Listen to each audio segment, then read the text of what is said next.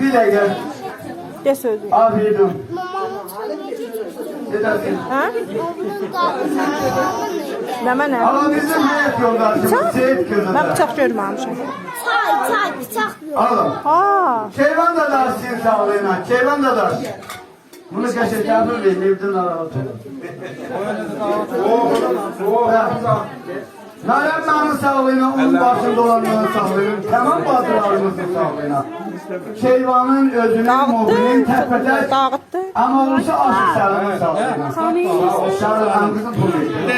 Hayır, onlara koyuyorlar bak. Bak işte aslında. Ben de bu ayet gözüm balamı da geliyor. Allah'ın balası uşaklar.